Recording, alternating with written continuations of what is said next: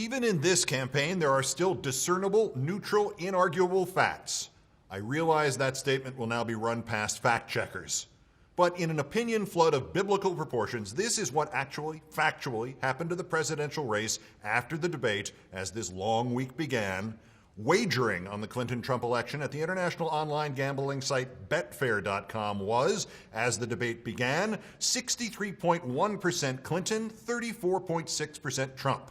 After the debate ended, wagering was 68.7% Clinton, 29.6% Trump. It has widened and narrowed a few fractions of a point since, but that's what the debate did. The swing towards people betting on Clinton to win and on Trump to lose moved 10 points in her favor.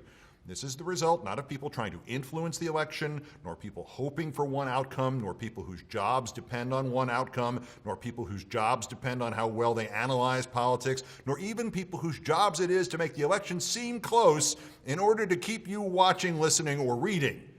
That 10% swing in odds in Hillary Clinton's favor came from people who are putting their money where their mouth is.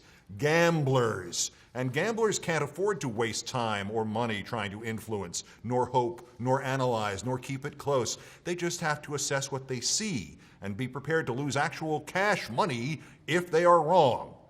And the Betfair numbers were not an outlier. This is what wagering at predictit.org looked like as the debate began. 64-38 Clinton. After, 66-34 Clinton. A 7-point swing. It briefly bounced a point back towards Trump, then went further to 68-33 Clinton by Wednesday. To borrow a phrase from another political time, follow the money. It's like polling, only with something to counter the fact that the people in polls lose nothing if they're wrong, or if they lie, or if they don't know what the hell they're talking about. The gamblers have skin in the game. Of course, so do others, in a different way, and many of them are also gambling, but maybe for bigger stakes still. Now, my overpaid friends in the media, Sean Hannity said in defense of Trump on Fixed News on Tuesday, well, they have their chauffeured limousines. They like their fine steakhouses and expensive wine lifestyles. Oh, Sean, you don't have any friends. That marvelous soundbite has been unpacked everywhere. Hannity is chauffeured to work by a driver, used to read commercials for one of his radio sponsors, a steakhouse, flies by a private jet, has a net worth of at least $29 million. Fine steakhouses. Yes, doctor, that's the patient over there. But Sean Hannity is one of those media types who has bet the farm, in his case a very, very, very, very large farm, on Donald Trump. Hannity has not bet the farm the way Bill O'Reilly has, tentatively leaving himself just enough of a climb down in case Trump self-destructs before or as a result of the election, even though Trump might be the closest thing Bill has to a friend. Hannity has not bet the farm the way the putrid Joe Scarborough has, spending months praising Trump and trying to normalize his candidacy, accepting Trump's thanks for being a supporter the day after the New Hampshire primary, and confessing at a public event last November that he had advised Trump.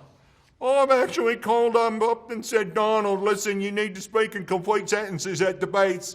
After the second debate, I walked into his office. I said, Donald, do you know how to read? I said, you should read before a debate. And then after months of rumors, I heard them last Christmas, Joey Scars was not chosen to be Trump's vice president. By now, Joey Scars had grown afraid he might become a modern Franz von Papen, the guy who just knew he could control an infamous German political candidate. So Joe had thrown into reverse so quickly the engine flew right out of the car. And guess what? If Trump wins, sorry, Joey Scars, you will still be the Franz von Papen of the 21st century. But no, Hannity has no such climb down. It's understandable.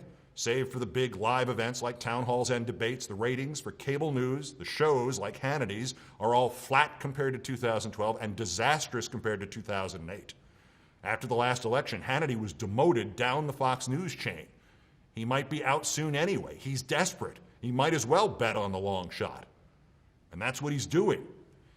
10 years ago, I used to co-host 1 hour of Dan Patrick's radio show every day, and at least once a week in the studio next to me, preparing to do his show as I finished up my show, was Sean Hannity. Nicest guy in the world. We had several conversations. They all went like this. "Geez, thanks for putting me on the worst persons list last night," he would say. "Every time you do that, I get 10,000 more viewers. I love it. They won't let me mention your name on my show or I'd return the favor." He meant it. I don't know why everybody thinks we hate each other. It's just television. It's just entertainment. Just trying to make a living just like you. One day he had me in his radio studio with him as he started his radio show. He referenced me on the air, not by name, all positive and collegial and friendly, and I left shaking at the mercenary amorality I had just witnessed.